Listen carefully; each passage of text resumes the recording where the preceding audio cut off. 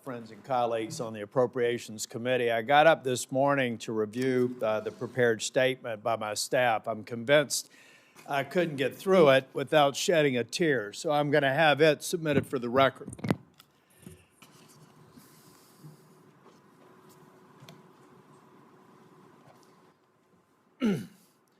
$102 lives lost, 151 homes destroyed, 500,000 businesses affected in disaster-declared areas, 5,000 miles of road. This is North Carolina statistics, ladies and gentlemen. 5,000 miles of road, including almost 5 miles of I-40 damaged and impassable for likely a couple of years.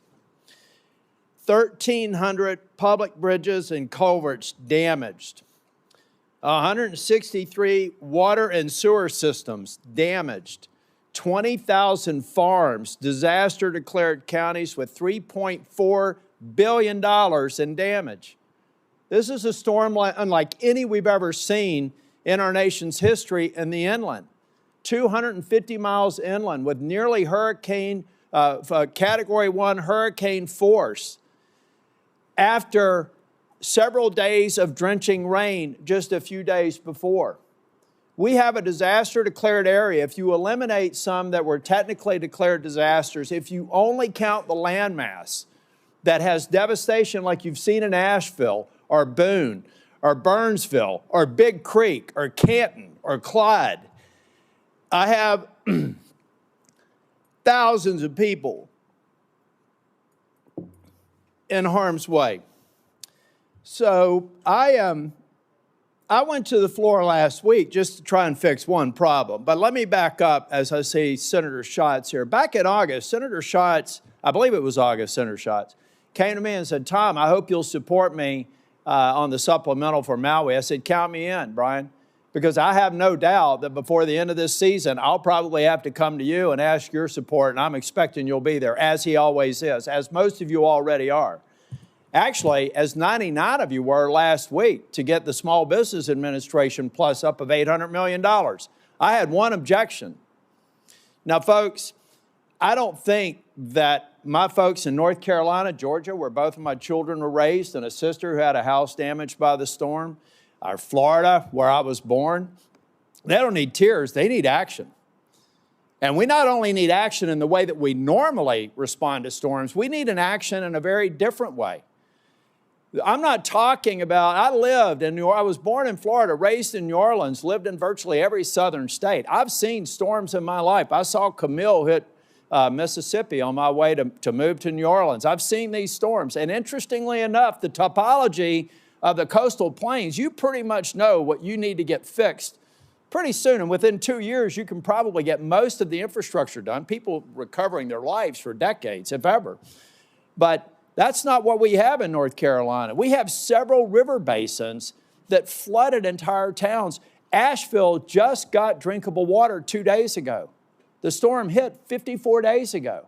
And there are some communities that won't have it. I've got a community near the Virginia line that may be without power until March.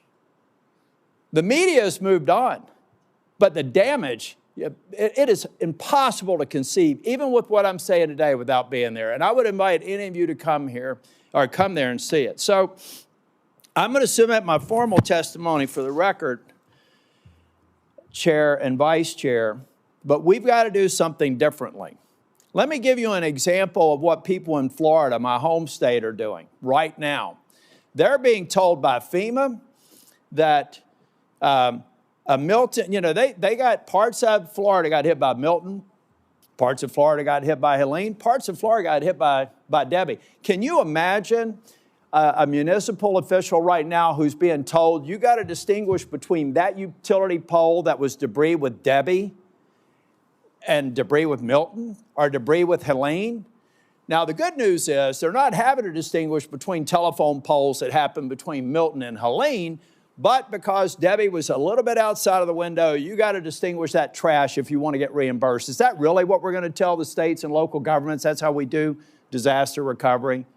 Am I really going to say that I have to get all of my needs in 6 months to be able to have FEMA recovery. There are communities we won't get to in 6 months.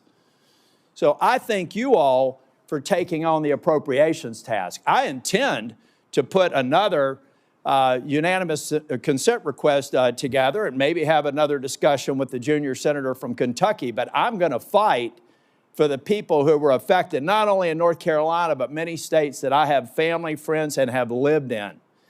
We've got to act.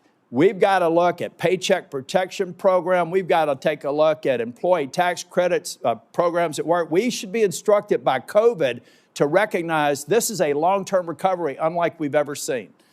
And we can either learn from it and start talking about creative ways now, or we can regret it later when some of my western cities are going to dry up.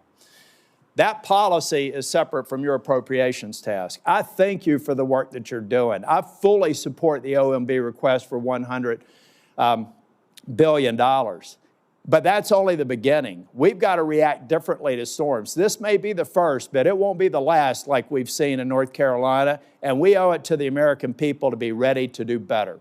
Thank you.